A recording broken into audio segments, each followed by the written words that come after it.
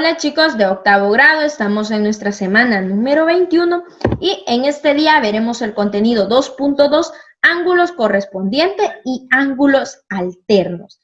Recordemos, en esta unidad estamos viendo mucho lo que es con los ángulos. Te recomiendo que puedas ver en tu libro bastante teoría. Ahí hay bastante teoría que vos puedas ver lo de los ángulos, cuáles ángulos son complementarios, suplementarios, la medida de un ángulo llano y así sucesivamente. Puedes empaparte de información por medio de tu libro para que podamos entender un poco más este tema. Pero en este día te traigo unos pequeños bosquejos para explicarte estas definiciones. Primero que todo, los ángulos que se identifican reciben nombres específicos según la posición respecto a las rectas que los forman tal como se muestra a continuación. En este caso tengo tres rectas, L, M y S. Esas son las rectas. Luego de ella vamos a aprender.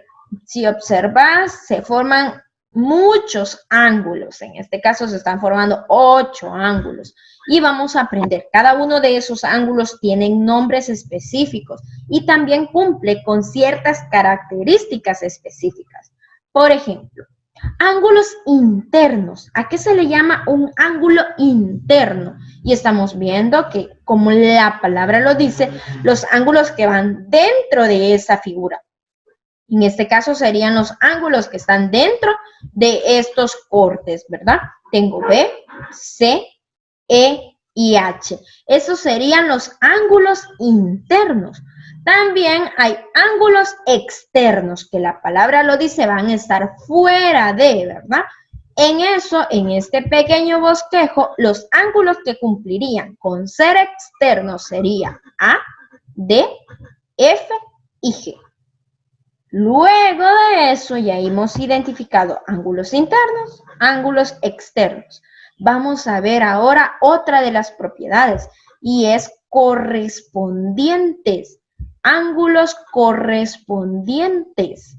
Y es que por este cruce, por esta corte que tiene cuando cumpla con esto, pues hay ángulos que van a tener la misma medida entre ellos, como lo es el siguiente. Acá está con colores para que identifiquen ustedes aquellos ángulos que valen lo mismo. En este caso, A con E tienen la misma medida. D con H tienen la misma medida. B con F, acá está en celestito, tienen la misma medida. Y finalmente, C con H. A eso se le llama ángulos correspondientes, que les corresponde un mismo valor dado por su posición. Si vos te vas a verlo más concentrado por su posición, pues son bien similares, ¿verdad? Es por ello de que me cumplen con esas condiciones. Luego vamos a ver ángulos externos. Y los ángulos externos serían A, D, E y H. Están ya en sus colorcitos porque podemos identificar que entre ellos están cumpliendo con el, ¿verdad? ¿Sí? Acá son opuestos por el vértice. A sería con G y así sucesivamente. Ángulos externos, ¿sí? Luego de eso tenemos ángulos internos. Ángulos internos son aquellos que tenemos de esta medida. Ángulos internos, B y H, ¿sí? B con H serían ellos opuestos por el vértice y tenemos C con E. C, acá está C con E. Están en grises y ellos serían opuestos por el vértice. A la recta que corta dos o más rectas se le llama secante, ¿verdad? En la figura S es la recta secante. Podemos concluir allí. Y S.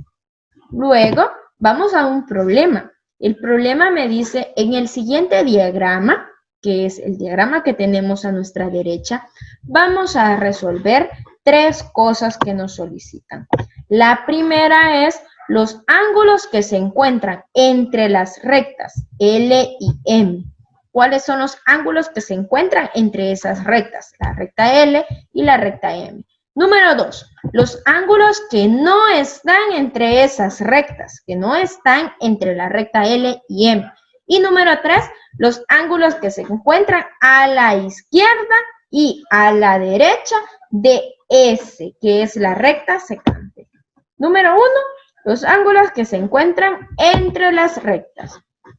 Acá tengo mi figura y como número 1 son los ángulos que se encuentran entre esta recta y esta. ¿Cuáles son esos? Yo tengo a B, C, E y H. Eso es todo. Ahí hemos contestado el número 1. Número 2, me pedía que identificaran cuáles eran los ángulos que estaban fuera de la recta L y M. L y M acá, ese es el espacio que está contemplado entre ellas. Entonces, fuera de ellas me quedaría A con D, el ángulo A, el ángulo D, el ángulo F y el ángulo G. Ahí hemos contestado nuestro número 2. Número 3, me dice que cuáles son los que están a la izquierda y a la derecha. A la izquierda de S, ¿a quién tenemos a la izquierda de S? Tenemos a B, tenemos a C, a E, perdón, y a F. Acá ellos serían A, B, E y F. Esos serían los ángulos que tenemos a la izquierda. Pero a la derecha tenemos otros ángulos. Sería D, C, H y G. H y G. Esos serían los ángulos que tenemos a la derecha. Recordemos, es muy importante, principalmente en este tema estamos aprendiendo a ver los nombres de los ángulos y las propiedades que cumplen. Te recomiendo que puedas repasar estas definiciones para que podamos entender más adelante los otros temas que están por venir. Así que esto sería todo.